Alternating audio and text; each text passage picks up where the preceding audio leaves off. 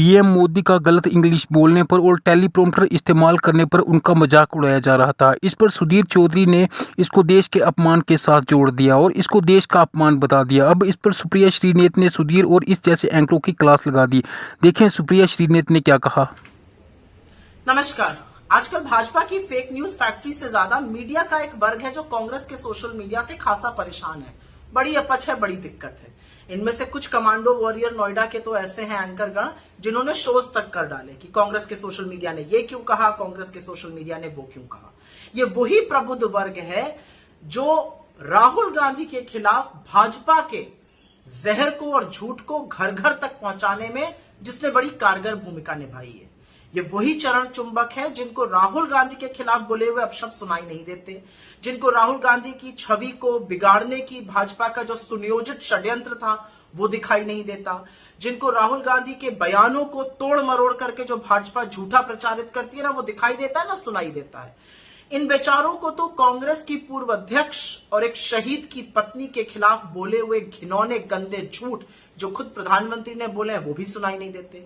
इनको आजाद भारत के प्रथम प्रधानमंत्री नेहरू के खिलाफ बोले हुए अमर्यादित अपशब्द नहीं सुनाई देते। इनको तो महात्मा गांधी का अपमान और गोडसे का महिमा मंडन भी नहीं सुनाई देता। इन बेचारों को सुनाई और दिखाई देता है तो सिर्फ वो सवाल जो मोदी जी से पूछेगा, और उससे फिर क्या फर्क पड़ता है कि वो सवाल तार्किक हो, सच से बुलंद हो, तथ्यों पर आधारित हो, कोई फर्क नहीं पड़ता।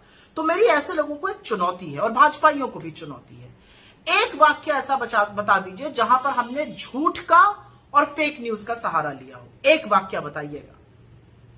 यह सच है कि आप एक वाक्य नहीं बता सकते, और यह भी सच है एक वाक्य ऐसा बता दीजिए जहां पर हमने प्रधानमंत्री के व्यक्तिगत जीवन पर कोई लांछन लगाया हो, जहां पर मर्यादा की सीमा लांघी गई हो। आप एक वाक्य नहीं बता पाएंगे क्योंकि हम लगातार मोदी जी की कुरीतियों पर उनके जुमलों का पर्दाफाश करते रहे हैं, आगे भी करते रहेंगे। उनको सच का आईना दिखाते रहे हैं, आगे भी दिखाते रहेंगे। उनके जुमलों को बेनकाब करते रहे हैं, आगे भी करते रहेंगे। उनके दोहरे मापदंड, नफरतियों और अपराधियों के उनके संरक्षण का पर्दाफाश किया है और आगे भी करते रहेंगे। हमने तो प्रधानमंत्री मोदी के स्वर्गीय माता पिता के खिलाफ न कभी अपशब्द बोले हैं, न बोलेंगे। ना उनकी दादी के खिलाफ, ना उनके पिता के नाना के खिलाफ हमने जहर उगला, और ना हम उगल सकते हैं, ना हम उगलेंगे, क्योंकि हमारे संस्कार ही नहीं है।